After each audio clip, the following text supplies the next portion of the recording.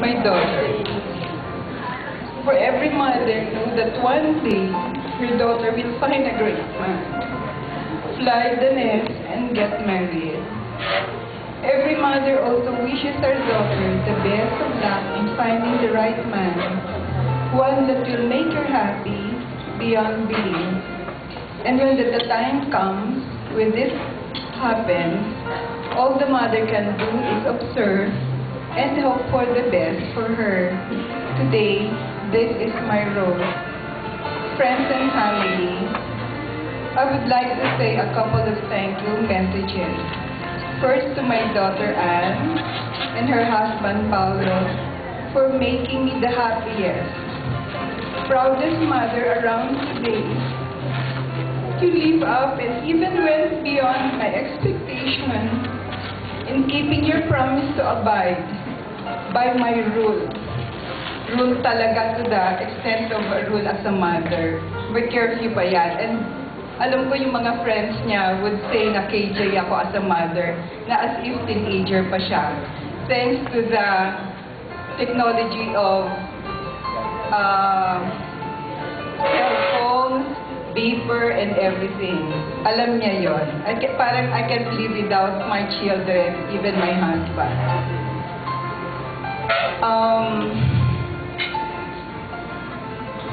The proudest mother, you live up and even went beyond the expectation in keeping your promise to abide by my rule, which is only to marry for the right reasons, and this is it.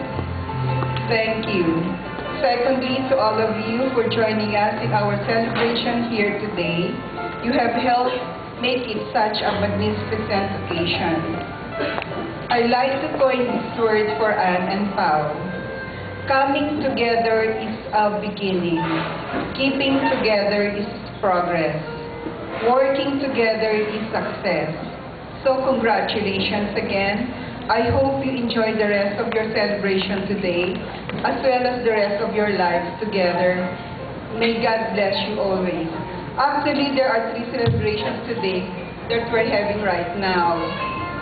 Well, the success of the angioplasty of my husband, actually there's 2,000 valve of blockage. But when he opened it up, it was only 1. So sa akin, parang bonus na yon. But he keeps on telling me, pwede ba, ma, i-postpone natin. But I can't. Sabi ko ganun. Kasi 2 weeks or 3 weeks na lang, it's impossible.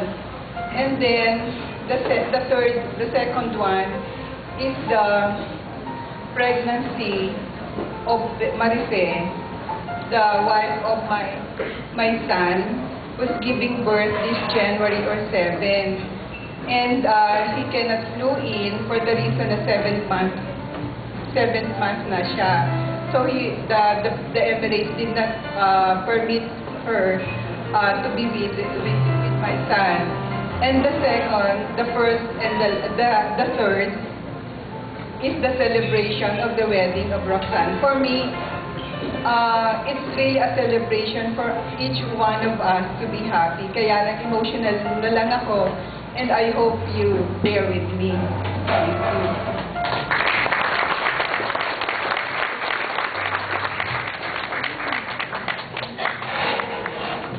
Thank you very much.